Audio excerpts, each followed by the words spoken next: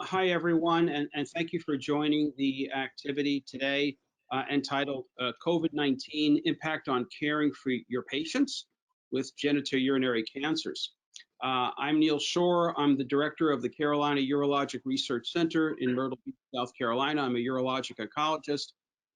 We really hope, on behalf of the faculty, I say this, we really hope you find the discussion both informative and educational. So it's a pleasure for me at this time to introduce our faculty. They're quite esteemed. We have Dr. Benjamin Gartrell. He's the director of the Genitourinary Malignancy Program at Montefiore and an assistant professor of oncology and urology at Albert Einstein Cancer Center in New York. Dr. Petros Grivas, clinical director of the University of Washington Medicine's Genitourinary Cancers Program, and he's affiliated with Fred Hutchinson Cancer Center and Seattle Cancer Care Alliance. And lastly, and most importantly, my good friend Dan Petrylak. He's a professor of medicine, medical oncology at urology and Yale Cancer Center. So, gentlemen, thanks so much. What's kind of cool about the program today is we have 2 urologists, 2 medical oncologists. We have 3 of our panel have really been in hotbed areas, the New York metropolitan area as well as Washington area. I'm in South Carolina. We have not seen the type of infectivity rates, so we may see some differences in our experiences. But I think this is an ever-evolving process, so we can all learn from each other. You'll see everyone's disclosures here that are referenced on the screen. This webinar has been provided by BioAscend and is an independent medical education company committed to supporting healthcare providers in their efforts to translate innovative science in clinical practice. Support for this activity has been provided by Astellas, so we're certainly appreciative for that. All right, so the introductory's over. Let's get started with our conversation. And I think, let me begin with you, Dan. You're practicing in Yale. You've had an extensive amount of your career in New York City. You see a lot of patients in the Connecticut, New York metropolitan area. What's been your experience right now? Is the curve flattening? And regarding the flattening, yes or no, we see different trends around the country. Are you learning different things or suggesting different strategies around that, both for your own medical oncology practice and as an institution as well at Yale? So I have the good fortune of practicing in 2 different places, Greenwich, Connecticut, which is close to New York City, and also in New Haven. And Greenwich was hit first because of its proximity to Westchester. That's where the cases in New Rochelle came about. And, they were maxed out pretty quickly in terms of their capacity for the intensive care unit. New Haven sort of lagged behind the rest of the southern part of the state. So now we are beginning to see a flattening of the curve. We're seeing fewer admissions for COVID positive patients. We're seeing fewer patients who are on respirators. So the curve clearly is beginning to flatten. We're seeing a change in how that's occurring. Having said that, in Manhattan, it's, I think, a little bit different. There still is a high proportion of patients on respirators from what I hear. And I'm not really sure, but maybe Ben would be able to talk more about the admission process, but I'm not really sure what the number of admissions are in the hospitals in the city. But clearly this has affected our outpatient clinic. We're seeing about half of our patients through telemed. I'm also on the oncology service right now. I'm doing attending rounds, and the census is about half of what it was before. So there are a lot of reasons for that. It's multifactorial. We can talk about that a little bit later, but clearly our census inpatient is down, and also within our clinics from a physical standpoint. Yeah, so Ben, how about you? You're within the epicenter of the worst infectivity rates in the country and arguably in globally. Yeah, everything we do has been tremendously impacted. So our outpatient volume is significantly decreased. We've shifted largely to telemedicine. We've been able to maintain infusions and treat patients that truly require it, but all elective procedures and urologic surgeries had been on hold, and we're just starting to open up again now. We actually had to convert one of our inpatient oncology units to a COVID unit, which our hem-onc faculty had manned, and we closed down one of our outpatient areas and saw all of the outpatient volume for cancer in one single location. In terms of flattening the curve, we certainly flattened it, no doubt about it. We had to convert many outpatient facilities to inpatient COVID units, and we had to convert many non-ICU settings to ICU settings. Our max was almost 2,000 COVID positive admissions throughout our health center on April 13th. And since then, we've seen a decrease on a daily basis. So now we have less than half of the COVID patients that we used to, but still, we have a significant number of COVID patients in the hospital. At our max, we had about 470 patients with COVID in ICUs, and now we have about half of that. So there really was a time where it felt like the system could be overwhelmed. Fortunately, through valiant effort of many people, everybody that needed care got it. Everybody that needed the ventilator got it. So we feel like we're certainly, on the right side of the curve at this point. Petros, how about you? Yeah, I have to say I totally agree with Dan and Ben that this has been an unprecedented time in our lives, and the experience in Seattle has been really interesting from the beginning. Seattle was, as you remember, Neal, the city that had the first identified case of COVID-19, and soon after that there was an outbreak in a nursing home very close to Seattle. This was back in February. And this really created a huge alert, I would say, in the entire state. And this early reaction was followed by a series of kind of precaution events at the University of Washington, Seattle Cancer Care Alliance, and Fred Hutchinson Cancer Center. If I can summarize the different directions of that a series of events, it's actually well summarized in a publication in the Journal of NCCN that our team published, Dr. Masuma Wedi, Dr. Stewart, and others. Number one, in the outpatient ambulatory cancer center, there was from the beginning, from day one, there was screeners at the door. So everybody, providers, staff, and patients who were coming in were screened for symptoms.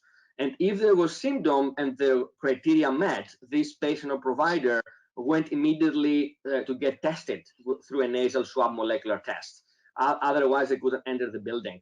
At the same time, in the inpatient setting at the University of Washington Medical Center and 3 other affiliated hospitals, there were already dedicated areas, wards, ICUs, and vents for patients for COVID-19. There was a very well-organized effort led by infectious disease specialists that actually did a great job preparing us for the huge surge and wave, and everybody was expecting the worst.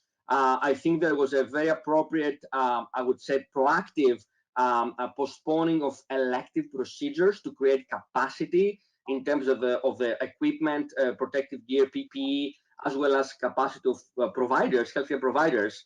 And this actually created significant space in the OR, ICUs, and a lot of vents in the hospital. I think helped because we had plenty of capacity to deal with a potential huge wave. And many other steps on the way that aim to prevention. Of course, social distancing, wearing clothing and masks were, early on interventions, as well as personal hygiene, hand washing. With all this alertness, media involved, and also the social distancing measures implemented, I would say, relatively early on in our state, we actually, if I can say that, were quote unquote lucky to have a much lower peak of the curve and much slower curve as we had expected. And we were preparing for the worst, as I mentioned before, but actually what happened in Seattle was much less intense compared to what we expected. So right now we're beyond the peak. The numbers right now seem to be reducing. If I just quote you a few numbers, if you take into account 4 large University of Washington hospitals in the city, The totality of the patients admitted at any given time, the peak was about 120 or 130 patients, and now we're down to 70 or so, and we never reached capacity. So we never had to ration care. There was enough adequate equipment for people. Over time, there were adoption in the policies, and right now we're, I think, beyond that point. However, the Washington state is still under lockdown, and this will continue until the end of May. So that's a broader discussion. But overall, the healthcare system, I think, was well prepared. And of course, it was very, very sad for us to see what is happening in other areas of the country, like New York and others, that was hit really, really hard there. And of course, our hearts and minds and communication was with our colleagues there as well. So that's a great intro. For me, just briefly, in South Carolina, we have had relatively low infectivity rates. We're about 55 patients infected per 100,000. And less than 2,000 COVID-associated deaths. But so what we're all been talking about, and I've heard it said by others, is we've been acutely involved, really since early March to now, with this reaction phase. How did we lower the curve? How do we flatten the curve? How do we think about getting the right resources, not overly stressing the hospital utilization, so that we can take care of not just COVID patients, but other acute, emergent, and urgent treatments and patients.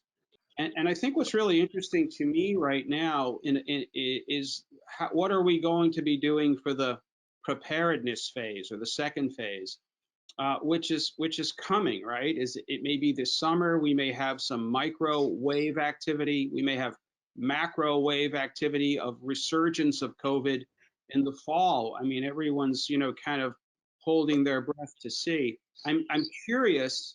What are some of the challenges that you've all faced in terms of specific GU oncology patients? And I think I'd like to talk about that. And additionally, while we're talking about specifics around prostate cancer, bladder, kidney, testis cancer, how this is impacted on delays in diagnosis, alterations in how you do lab work, alterations in how you might do your imaging, alterations in how you may be following up.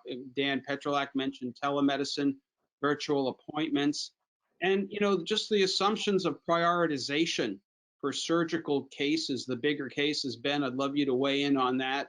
There have been some nice papers. We have we may have a slide or two on it. We may not. There's a really nice paper that was written by Silke Gillison and Tom Powles in terms of prioritizing patients for therapies. So let me kind of stop with that and throw it back to you, Dan. Your thoughts about, okay, we've gone through this acute reaction phase. What's next in terms of getting ready for the build up, the pent up demand of patients you haven't been seeing? Well, clearly we've got to expand our healthcare for personnel and resources.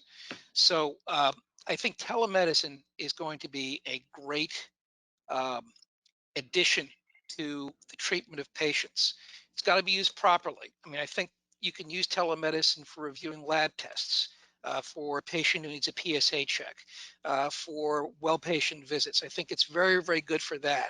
However, you do lose a degree of, looking at the patient's spouse to see if the patient really is telling the truth and they're not in pain, or to determine whether you just look in somebody's eyes and see if they really are in pain.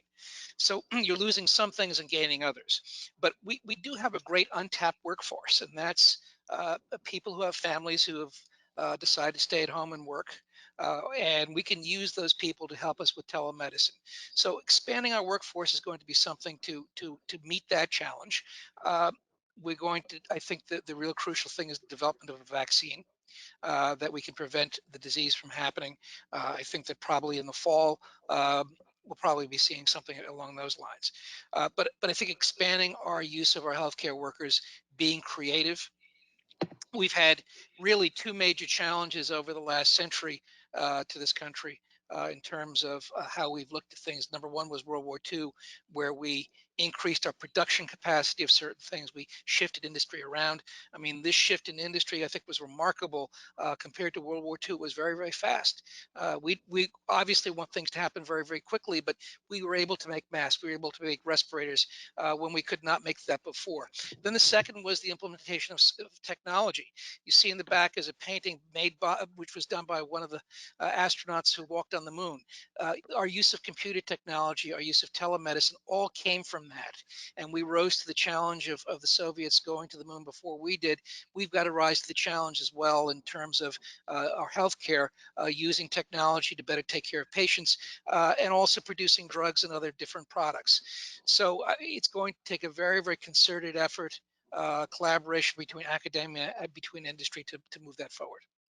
Let me just follow back up to, you mentioned, well, everyone's, now aware of certain new acronyms and expressions, right? Prior to this, we may have used the word telemedicine, telehealth. Now, everyone's talking about it, that plus PPE, right? No one had heard these expressions, and now it's ubiquitous. You've got to be part of this. You said that overall you're finding the telemedicine experience positive, Dan. Any kind of pearls or things that you want to say have been particularly helpful? You mentioned, I think, a new patient is not ideally suited for telemedicine. I would agree with that. Any other particular, Achilles heels in the telehealth world?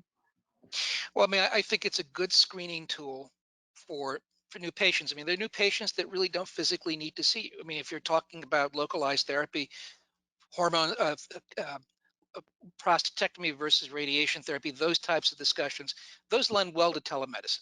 If somebody needs to start a new treatment, particularly if we've had patients who have metastatic disease or are going on hormone therapy. So what I'll do is I'll do the telemedicine visit first. I'll discuss the options of chemo versus hormones versus next generation agents. And we'll have that discussion, and then they come into the office. We examine them physically, maybe the week afterwards. So I think from that standpoint, follow-ups from the hospital discharge. We have patients who are going home. They need guidance as to how they're doing. We need to understand how they're managing the new circumstances. That's very, very useful. A sick patient, it's a lot more difficult. And the other issue too is now the reluctance to send somebody into the emergency room because they may be exposed to COVID patients. We've separated out our patients who are COVID positive versus COVID negative. We have rapid tests that we can determine that, but there is a delay in care. Somebody right now who was short of breath, who's on chemotherapy, he went for a COVID test, so he's in New Jersey, is far away from where we are right now. It's a little bit difficult for us to assess that, but the local docs want to see his COVID test first, which may take 24 hours to come back before proceeding with a workup. So there are different areas that we have a more efficient use of our resources, and then there are other areas that really does not lend well to telemedicine. I'd love to hear your individual comments, Ben, and then Petros, please. Sure. So I've been kind of forced to use telemedicine for the majority of my patients. So I'm only seeing a select number of patients in person right now. I found telemedicine to be very good. Initially, we were using primarily telephone calls, and our institution actually developed an application called Montefiore First, which allows us to do video visits. And I find that to be much better than a telephone call. It makes a big difference when I can actually see a patient's facial expression. Certainly there are shortcomings to telemedicine, as Dan was pointing out. One of the major things that I find is challenging is that it's hard to get the global assessment of function, particularly if you haven't met a patient before. It's one of the most telling things is just watching your patient walk into the exam room and how are they getting around. One thing I have been doing with telemedicine is I will often use it as a screening tool, essentially. And during that encounter, I will often make a decision if I think it's important to see the patient in person. And if so, then I will convert them and maybe see them later that week in my office. Yeah. And Petros, I'd love to hear your comments. I imagine this may be true for all three of you. There's been a restriction in when you have a live patient visit, if you're having them, the patient comes in by him or herself, and usually the family members are restricted to wait in the car or isolated in the waiting area. Certainly, it's become highly draconian in terms of a family coming into the hospital, which has been rather tragic in particularly ill and elderly patients. But one of the things, and maybe I'd love for you to comment on it, Petros, if you could, is there's a little bit of an opportunity for some fun in telemedicine, I find it, but then also the patient can be surrounded by a lot of his or her family as well, which is in contradistinction to the distancing we're doing in clinic and in the hospital. Neal, that's a great point, and I agree overall with what Dan and Ben have said so far about telemedicine. A couple of few points, and to answer your question.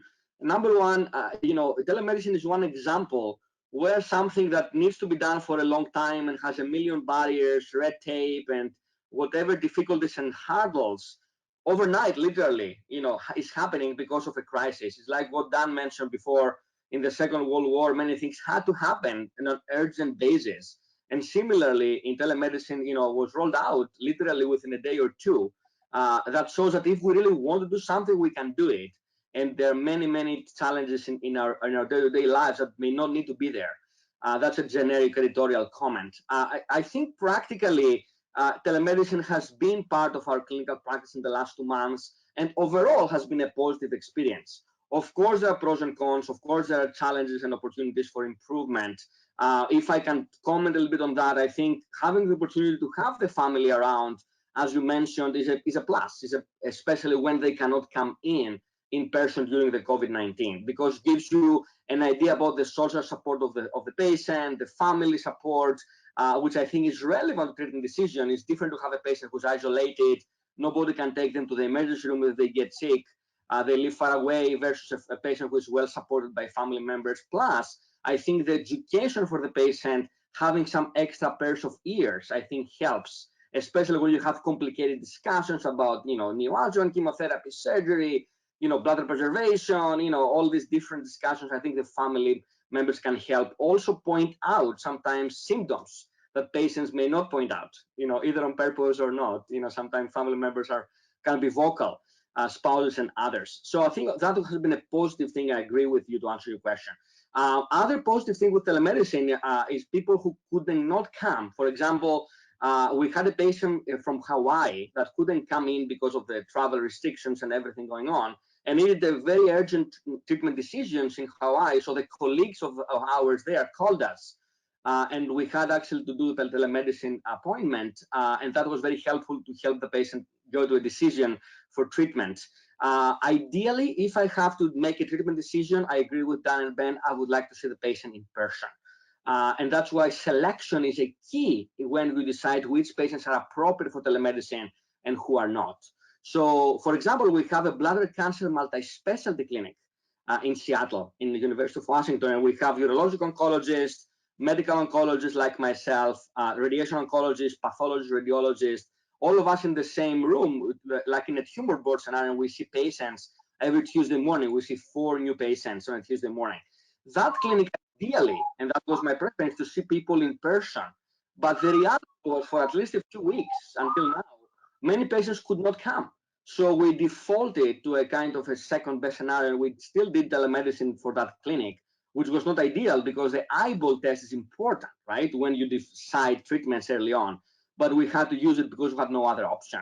So I think it's a selection factor going on. And as Ben said, you can potentially triage, patients through telemedicine and say who really needs to come in and who can be followed locally or potentially through surveillance.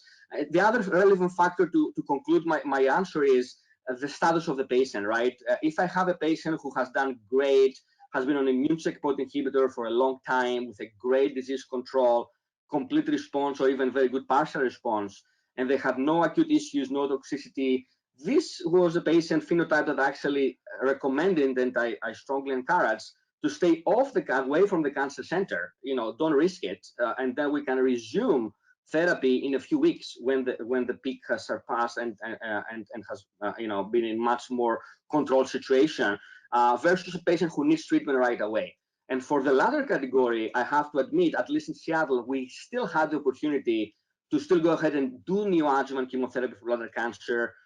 treat patients with metastatic disease, and we did not alter those either curative intent or even prolonging life intent therapies when we needed to start new therapy, because we had, of course, not a very huge surge, number one, so we had capacity, and also because, as we all know, cancer can still kill lives and can cause significant morbidity and mortality. So we still were able to treat those patients who needed to start treatment.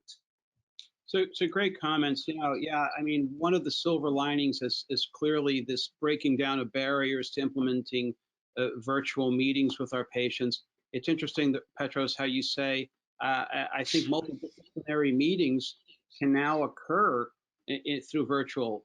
And a lot of times the tumor boards in some institutions in the community and academia were stymied because of just geographical and time issues.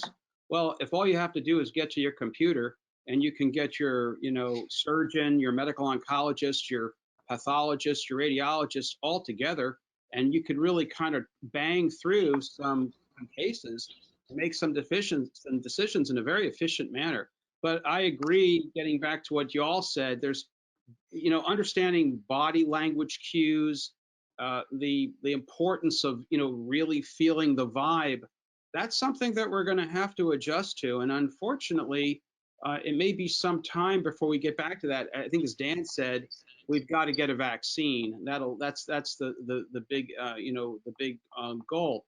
But one last thing before we get into the specifics of testis, prostate, bladder, kidney cancer strategies for what needs to be done right away, what could be held back in terms of therapeutics, in terms of testing, in terms of follow-up, because that's a real concern right now, and it's causing a huge amount of patient anxiety.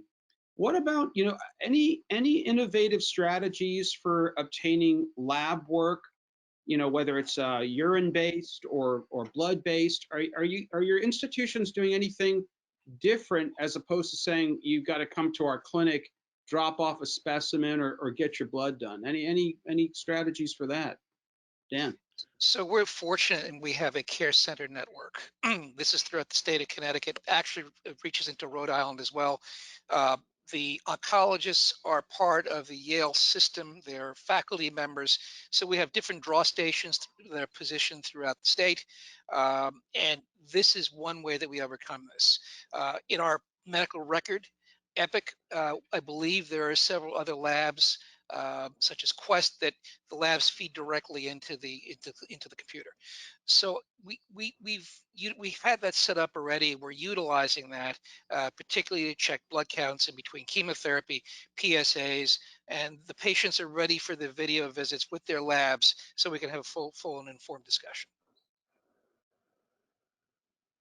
Any other thoughts there, gentlemen? Yeah, I'll mention that we certainly have been taking advantage of blood draws at home. So we've been able to use some home care services to take advantage of that. And that's really appealing if a patient just needs a PSA, for instance. Other things that we've been doing is for some of our patients on clinical trials, if those studies require central labs, some sponsors have allowed us to get away with local blood draw for safety. And we've either had those drawn from the patient at home, or occasionally in a center closer to where the patient lives than actually coming to our center physically. So we've certainly gotten creative. I agree with that, Dan and Ben. You have to be creative in this scenario and situation. I think one thing that we did, we had patients who were able to go to some local labs that were further away from, hotspot areas, if I can say that. So there were some hospitals or centers that were COVID-19 specified or specific, and some others that were not. And some patients were able to go to some local labs, so they avoid kind of the hotspot areas. And those, as Dan said, were able to be fed in our system, so I could see the labs when I saw the patients. The other thing is, as Ben mentioned, some sponsors for clinical trials were able to be agile enough and get through the IRB approvals quickly, so patients can get local labs. That was a big deal, I think, for the patients and for us, to minimize the touch points and unnecessary exposures. And clinical research is a whole different discussion. We can delve into that in a few minutes, but that was, I think, a significant proportion of patients were able to do that. The other thing we did is when they had to come to our cancer center, we're trying to pretty much batch in whatever needs to be done that day, blood work, CAT scan, so our schedulers go together with our radiology and laboratory directors, so we can expand capacity and try to create a little bit extra flexible hours so we can accommodate patients, be able to do blood work, CAT scans, potential infusion same day. So we had to be a little bit more flexible with our schedule. The other thing we did, which I think is important, I did not mention it before, we created an acute care clinic in the outpatient ambulatory cancer center. And this actually was a very important, critical, I would say, venue to try to keep people away from the emergency room. Because you all had this issue, and Dan and Ben, you can think the same way. The 4:30 p.m. patients with acute, leg swelling, you worry about DVT, and a few months ago we had to send this patient to the emergency room. Now actually we have a technician who stayed later to be able to do this ultrasound Doppler at the ambulatory cancer center and get the answer quickly and avoid sending patients to the ER. And many other scenarios, of course, hydration, other things we're able to do in the outpatient care clinic, and did not need to send the patient to the busy, otherwise, hospital emergency room. I think that's a really great example. The inappropriate use of emergency departments historically has been a problem, and how we can think about the resources, the economic resources, to pay for a vascular technologist to stick around and do the Doppler study, protect the patient from going to the ED and not overtax the ED. One of the things that I've seen is now a lot of the companies are really becoming innovative in terms of sending home kits for urine samples, for urine cultures, if you're worried about someone having an infection. There are some urine biomarker tests that can be sent as it relates to the diagnosing bladder and prostate cancer. And also the germline hereditary prostate cancer companies sending out their testing too, and that can all be done, and you can follow that up with a virtual telehealth visit. So it's really quite interesting to me how innovative we're starting to see some of these technologies. And then while we were talking, I was thinking to myself, we have these laptops which we sort of sit frozen in front of us, and I've been doing a fair amount of telehealth now with patients. I'm starting to experiment a little bit with moving the camera around, and I'll actually, if they want to show me something, you can sort of do a virtual exam to a degree. I won't go, being a urologist, I won't discuss with some of the things that I might contemplate. But that said, it is an interesting world that we're entering into. But Dan, you had a comment. So I have two comments. Firstly, this issue about doing things at home not only extends to laboratories, but to treatment. We had a situation on the wards the other day where unfortunately one of our patients, her husband, passed away while she was in the hospital. And we did everything we could to teach her how to give herself her own injections. And this way she was able to get her own octreotide at home to take care of her diarrhea, which was a complication of her treatment. So we're trying to find creative ways to use therapy or to give therapy at home. This way the patient doesn't physically have to come in and see us. So I think that's one area that we're also going to have to expand our treatments. Also, when we're talking about monitoring, remote data monitoring is something that's coming forth as well. There are issues that come forth, and especially with clinical trials. We're also going, not only with medicine, that we're going to have to adjust our issues in terms of how we treat patients with virtual issues. We're also think about our legal issues as well, and there are legal obstacles that come forth in doing some of these things, and we hope that people in government recognize that we're dealing with a less than optimal situation, and that we won't have to be responsible for issues that occur because of the COVID virus. That's a great point. And I want to be cognizant of time. It's a great discussion, gentlemen. So let me switch over. Ben, let me ask you first. Let's talk about prostate cancer. And maybe what we'll do is we'll talk about patients who, there's so many things to talk about. We only have so much time. Maybe we'll have an opportunity for another program, but let's talk about maybe setting an example of patients who present with metastatic cancer. We'll talk about a metastatic prostate cancer, bladder, kidney, and testis. So what's new now for you in terms of your thought processes of a patient who comes in 65 years old, you know, relatively asymptomatic prostate cancer, hormone-sensitive prostate cancer, numerous bone lesions, some soft tissue lymph nodes. For argument's sake, we'll say no visceral lesions. You know, how are you addressing this in terms of your management as it relates to oral versus IV therapy, concerns about immunosuppression, concerns about follow-up testing? Sure. You know, I'll tell you that very early on, I had a patient who clinically obviously had metastatic prostate cancer. He was seen by somebody else in the hospital and discharged, but PSA in the thousands, sclerotic bone mets, a large prostate, and somebody in their early 80s. The patient didn't have a biopsy, and obviously in this scenario, we weren't going to delay therapy to wait for a biopsy in the future. So maybe in the past, I would have been a little bit more apprehensive about treating a patient without a biopsy, though I've certainly done so.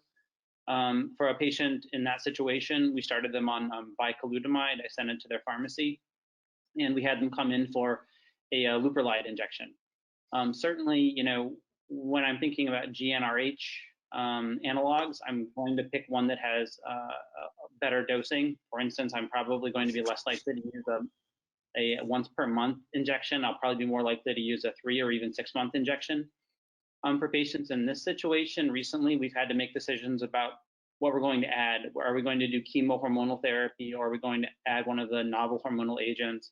And I think, you know, since there's no comparative data, clearly we're all going to be more likely to choose something that's less immunosuppressive. And certainly we'd have a preference to choose an oral agent over IV agents. So recently, for patients that I've started on therapy in this setting, I've typically chosen one of the non-hormonal agents as opposed to chemotherapy. Yeah, Petros? Similarly, I think overall we have not significantly changed the way we approach metastatic prostate cancer. I think Ben outlined some important principles. You know, in the scenario he described, I think many of us would feel comfortable treat. It would be nice to get tissue at some point to do genomic sequencing. You mentioned before, Neal, you know, somatic and germline, but, you know, in an acute setting, you need to start treatment, you know, with a PSA in the thousands. And in the COVID-19, you know, storm, you may start without a biopsy if you need to. I agree.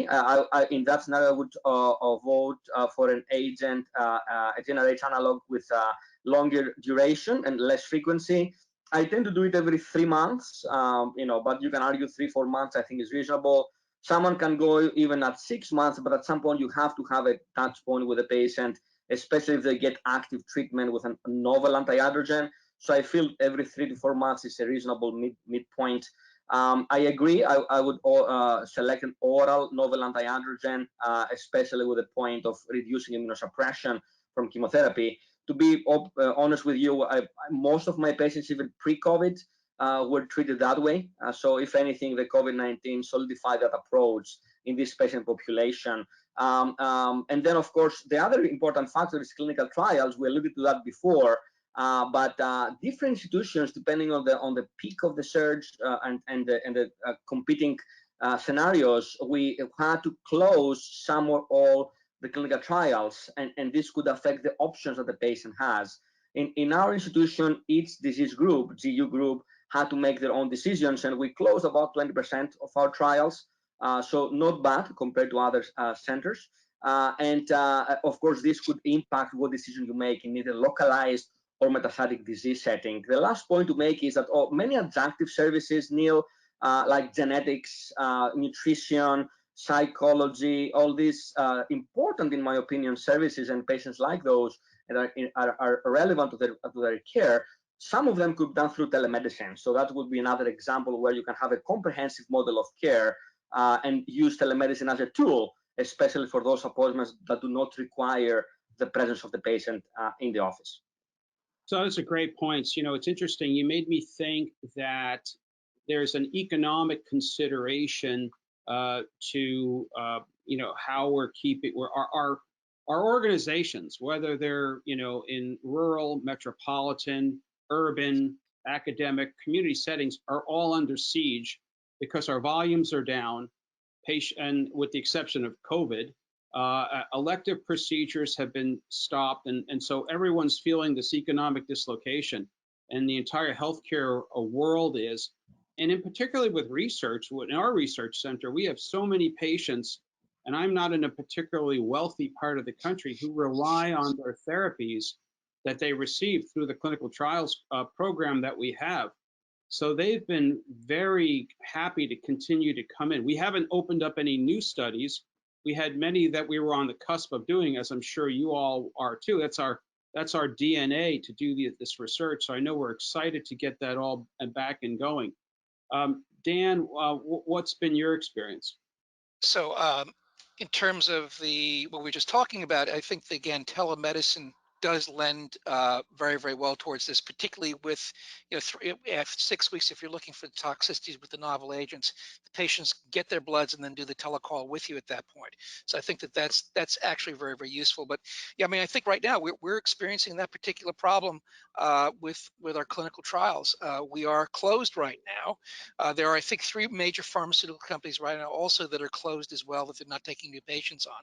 But the frustrating thing that we're having is patients who have relied on phase 1 and phase 2 trials when they've exhausted standard therapy, and they may still have a good performance status. This is their last chance in some respects. And that to me is causing me to lose sleep at nighttime, because I've always been priding myself to be able to deliver the most up-to-date care for our patients, novel drugs. And right now we're having to really work hard to use standard therapies to try to keep people going until they may have that chance. So, you make me think again. I want to get back one more before we switch to kidney and bladder for purposes of time. And Ben and Petros both agreed if you had a hormone-sensitive, metastatic, low-volume, high-volume patient, and you were going to begin with, the obvious level 1 evidence of ADT plus couplet therapy, you're more inclined to go with an AR signaling inhibitor. What's your thought about, abiraterone and the use of prednisone as a potential immunosuppressant? I say that also in the context of docetaxel having been used extensively throughout the world, largely because of cost considerations. And I recently, just yesterday, read an article from one of our UK colleagues from Stampede who said they need to really up their game and move away from that strategy because of, even though the generic use of docetaxel and cost, but the obvious immunosuppressive effects. So, thoughts on that, Dan? Well, I mean, I think a couple of thoughts on that. Firstly, you're trading one thing versus the other. Remember, we did the trials. I think Eric Small did the trial where they looked at Abi plus prednisone combined with Provenge versus Provenge alone, and looked at different T cell functions. And that low level of prednisone, they didn't see a difference. So the question is, does a low dose of prednisone have the same effect as a high dose? We really don't know at this particular point. I recently saw a study that looked at chemotherapy, adjuvant chemotherapy in breast cancer, and found that the CD3 cells were depleted, and that may have some effect on long-term immunity. So that may be an unseen consequence of giving chemotherapy. Remember, you don't have to give docetaxel with prednisone for upfront chemo. So there are different issues that come into play. We don't have the data. That's the whole problem. The only tumor right now, and this is from the Chinese data, that seems to have a poorer prognosis, it's a very, very small number of patients, are the lung cancer patients. They tend to do worse overall. We don't know if there's a treatment effect or not. We're going to need large population studies. This is where we're going to need big data to figure this out. And I think that that's something we really need to think about now in terms of collecting this. I think I read that article in New England, exactly. The lung cancer patients, blood leukemias, and I think also esophageals were particularly a challenge with COVID. But Ben, you wanted to comment. Yeah, I was going to make a comment about abiraterone and prednisone. I think we all just need to remember that if a patient is on abiraterone and they're critically ill, they're likely to require stress dose steroids And this came up with one of my patients who was on a ventilator with COVID at another institution, and we reached out to ensure that patient was on stress dose steroids. And fortunately, that was one of the success stories, and the patient actually recovered and is now back at home. The other thing with abiraterone is it does require more intensive monitoring, at least initially, with more frequent LFT checks. So if I'm choosing, one of these oral agents, I'll consider those issues. Yeah, that's a great segue to you, Petros. Let's talk about someone presenting with metastatic bladder cancer.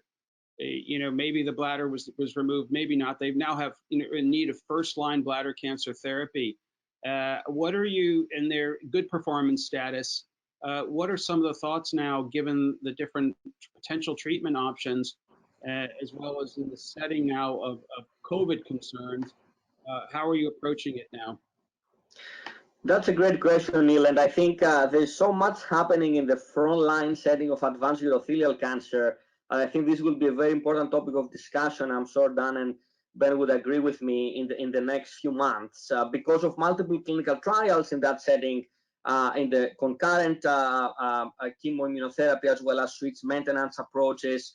I would say that so far in our practice, we have not changed significantly the way we treat this disease. Number one, because as I mentioned before, the COVID-19 surge and peak was not as bad to take away what needs to be done. So we have the same approach with those patients. So if someone, for example, is a candidate for a clinical trial and the trial was open, something of course to consider, if someone was cisplatin eligible and fit for cisplatin, in the absence of a trial, we still went ahead during this situation, this challenging situation, and we did cisplatin-based chemotherapy, usually with gemcitabine and cisplatin, of course, with a lot of details about instructions, precautions, neutropenic precautions, as well as COVID-19 precautions, so the patient would be very, very careful, exercising, I would say, extreme amount of personal hygiene. If someone was not eligible for cisplatin, as we all know, options include clinical trials, immune checkpoint inhibitors in specific patient populations, or chemotherapy with carboplatin gemcitabine. And the question became, would those latter patients, be those who should get checkpoint inhibitors versus chemotherapy because of the immunosuppression? I think, as Dan mentioned, we don't have the data, right? We don't know. We just speculate, because we could not know better. We didn't have the data, right? Everything happened so quickly. So to be honest with you, I still try to follow the evidence-based paradigm. If someone was considered to be eligible for pembrolizumab or atezolizumab in that setting, I would check PD-L1 expression, in the appropriate companion assay, because what I did not want to happen is if someone was fit enough to get carboplatin gemcitabine and was PD-L1 low, this patient, I think, would have been served better with carboplatin gemcitabine. If someone was PD-L1 high, then you have the option again, checkpoint inhibitor versus carbogem. Big discussion, and maybe in a COVID-19 crisis, maybe the patient to get checkpoint inhibitor over chemotherapy, again based on no data, just because you think that chemotherapy may be immunosuppressive in those patients and it has PD-L1 high status. The other scenario, of course, the easier one, if someone is not a candidate for any platinum chemotherapy, cis or carbo, that's a relatively easy one, can go for checkpoint inhibitors regardless of the PD-L1 expression in the US based on the FDA label. So I think overall it was an individualized decision with the patient one by one. I do not think that one size fits all in general. So it was a very detailed discussion, taking into account disease characteristics, the tumor features. PD-L1 in some cases may be useful, as we discussed. Some others may not be. The overall patient status, functionality, performance status, nutritional status, social support, we discussed about that before. And of course, the broader COVID-19 setting, which is very relevant in what phase of the peak you are. The last point to make is that, whatever decision you make, you need data. And to try to meet this unmet need of the data gap, I want to just put a shout out there for the new consortium we created called CCC19, Cancer and COVID-19 Consortium. That was a huge multi-center effort that I think Dan and Ben institutions are, I think, maybe part of that. We have more than 100 institutions in the country. as well as many sites now outside the country, in Canada, in Europe, and others, and we're growing every day. And the intent of that CCC19 consortium is to generate data. So we have surveys that are being filled out by providers in different cancer centers, and they real time, if possible, or retrospectively after proper IRB approval, try to fill out these surveys. It takes probably 20 minutes or so per case, and then there's a follow-up. So to try to generate knowledge, data, and we're now hopefully we're going to have a publication soon to try to inform questions like the one you posed, Neal. So, that's fantastic, because we are really in a data-free zone in so many levels, right? In terms of understanding our testing for COVID, we still need more testing. If we get the testing, we all recognize we're really starting to wear our health policy hats, as well as our clinical and our scientific and our research hats. And we're all now being forced to wear some of our own economic hat for sustaining our programs. Given it's a data-free zone, and given that we want to try and minimize patient visits to protect patients from infection who are elderly and immunosuppressed, as well as to protect our own staff and protect ourselves, are you spacing out your regimens, whether they're chemotherapeutic or immunotherapeutic? Pembro just got approved for 6 weeks across the board, all indications. If you had somebody who wasn't on Pembro but was on an IO, a checkpoint inhibitor that was every 2-3 weeks, are you feeling a little more comfortable of pushing that out to 4 weeks or longer? And similarly with giving taxane-based therapies, I'm curious how, because the more these visits happen, patients are worried, and it's a concern, especially if we have additional waves of infectivity. Maybe Ben first and then Dan, and we'll need to wrap up in a few minutes. I did want to talk about testis cancer as well. I'll just say that I think that this is a time where we have to practice the art of medicine sometimes if we don't have the data. A couple of comments: since Pembro was approved at the 6-week dosing, every patient I have on Pembro I've switched, and they're all very eager to have to come in less frequently right now. For patients that are on chemotherapy, if it's a palliative chemotherapy, certainly in the past we would often offer a treatment break for something like a vacation or a holiday. So I'm very comfortable if a patient has well-controlled cancer to skip a cycle, particularly when we were in the worst part of our pandemic here in New York. So now we're getting those patients back in and resuming therapy. Other considerations: if I've had a patient who's been on long-term immunotherapy with stable disease, will definitely offer them a break right now, and I'm just now bringing those patients back in to resume treatment, just to try to maintain the physical distancing. Dan, and maybe you want to also answer your thoughts on testicular cancer treatments. So I think I agree with what Ben is saying. The question really is, you've got to know the patient. I mean, I recently had somebody who was on the combination of Pembro plus axitinib and developed some liver function abnormalities. In combination therapy, am I going to see the same thing? I'm not really sure. So I was a little bit reluctant to put him on the 6-week dose when he resolved his side effects. I think that that's something you've got to be careful of. You've got to know the patient in an individual situation. So the issue with testis cancer is, I think, really crucial. We know that sequencing and timing of treatment is crucial to patient survival. But we were talking about worst case scenarios on one of the committees that I'm on, and this was one that I thought of. Somebody's got a mediastinal germ cell tumor, needs immediate treatment, and they're COVID positive. What are you going to do? How are you going to treat a patient in that situation? And does the COVID test, if somebody's COVID positive, what's the time that you have to wait until they actually do? It's actually safe to treat them. We don't have any answers to that question. You've got to balance things off. Retroperitoneal lymph node dissections, we like to do them generally within a certain time frame after the surgery. Can we wait longer?